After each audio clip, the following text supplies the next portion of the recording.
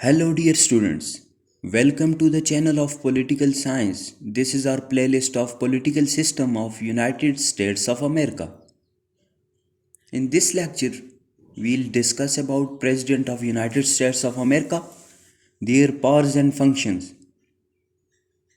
So we can discuss in the last lecture that in United States of America there is a presidential form of a government, and president is the head of a government and state which exercise all the powers of a state. So move on. The presidency. At the time when contemporary European society had hierarchy monarchies, the idea of an elected chief executive with limited powers was unbelievable. American presidency has been considered as the most powerful political office in the modern world. The highest executive authority is concentrated in one person.